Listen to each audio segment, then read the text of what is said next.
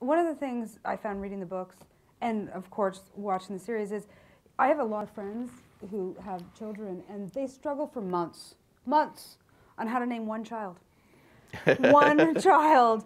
And you, sir, have named thousands of people. Where does the inspiration for these names come from? Because there's the why. I mean, you've got the Jon Snow, and then you've got crazy exotic names as well. Where do you find all the inspiration for the names? Names are very hard. I bet. That's an interesting question. Yeah, names are really, really hard. And I need to know the name of a character before I can write about them.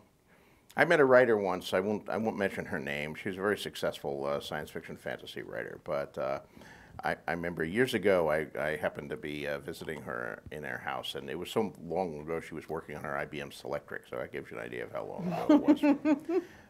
Didn't have computers yet, and she was finishing a novel, and I noticed that there were like no names. There was like X13. X13 turned in. What, you named a character X13? She said, oh no, I have a hard time with names, so I put them at the end. I have this list where I number all the characters like A1, A2, A3, and then I write the book with that, and then when I'm done, I invent names for them and use the search, and put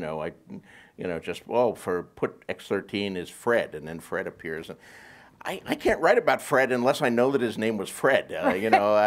Knowing that he's Fred influences the whole way I write about him, and so forth. So that method of working, different writers work different ways. That was completely alien for me.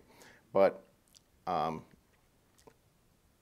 of the things about names, when you're a wee tiny little writer just starting out, one of the things they teach you is when you're writing a story, never give two characters in a story names that begin with the same letter, because the reader will confuse them. And I followed that rule for many years, but then when I was writing Ice and Fire, I said, wait a minute, I'm planning on having more than 26 characters. What am I going to do here? Am I going to name them like X-Fred?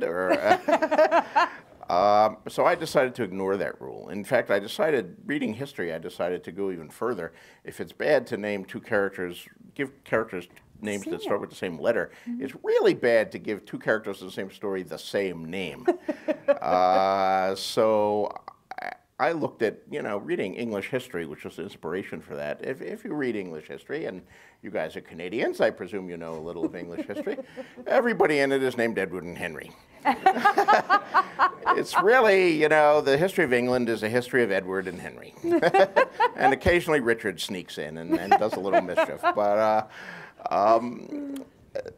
and somehow, yet we keep them, we attach numbers to them, we attach, secondary names, Edward of Woodstock, Henry of York or whatever, and we're able to distinguish one from the other with nicknames. And I said, I'm going to do that. That's much more realistic. I'm going to have these family names, and like many families I know in the real world, they'll be, I'm naming you after your grandmother, I'm naming you after your grandfather.